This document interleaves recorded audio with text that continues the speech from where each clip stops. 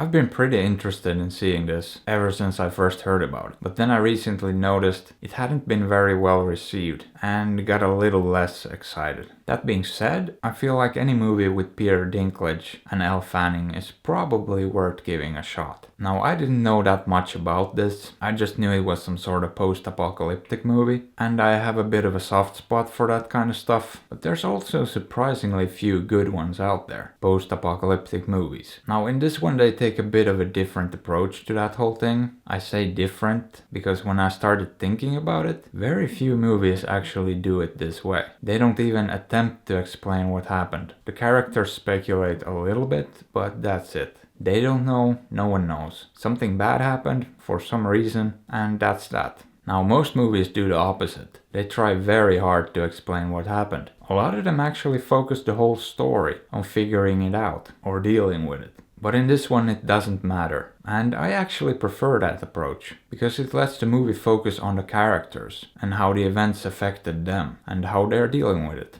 And that's exactly what this movie is about. Peter Dinklage's and Elle characters, and how they deal with the apocalypse, and how they deal with each other, because they have no one else. So they kinda have to get along, even though they are two very different people. He's very low-key, organized, and likes his routines, and she's young, energetic, and a little bit all over the place. But it's actually a pretty quiet and atmospheric movie. It relies a lot on the score, and it's a great score. And it takes a good 15 minutes before there's even any words spoken. And I'll be honest, I really like this movie for the first hour. I love the characters, I love the world they set up, I love the mood of the thing, and then in the third act there's a development. I wouldn't necessarily call it a twist, but something happens. And it kinda undermined the whole tone and atmosphere and mood that the movie had just spent an hour building up. And it becomes a very different movie after that, and I didn't really care for it.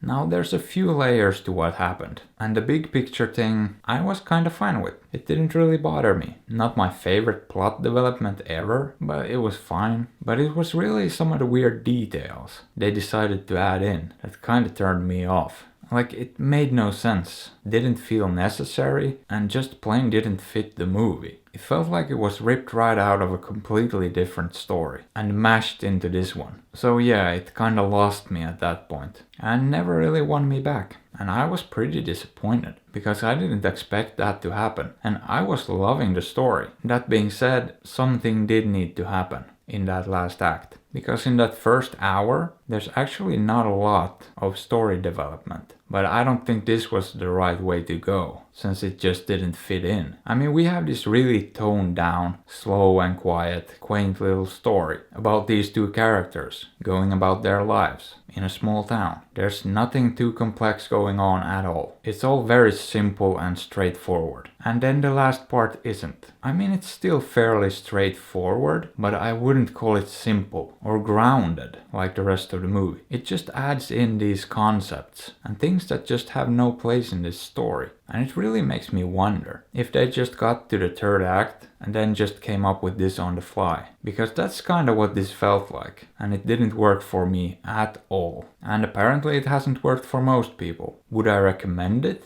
Well, since I really liked most of it, I'm a bit torn. But yeah, not really. I wanna say give it a shot. Maybe the end works for you. But looking at the overall reception, it doesn't look like it worked for almost anyone. So yeah, as much as it pains me to say this, probably skip this one, or don't. I'm not your dad.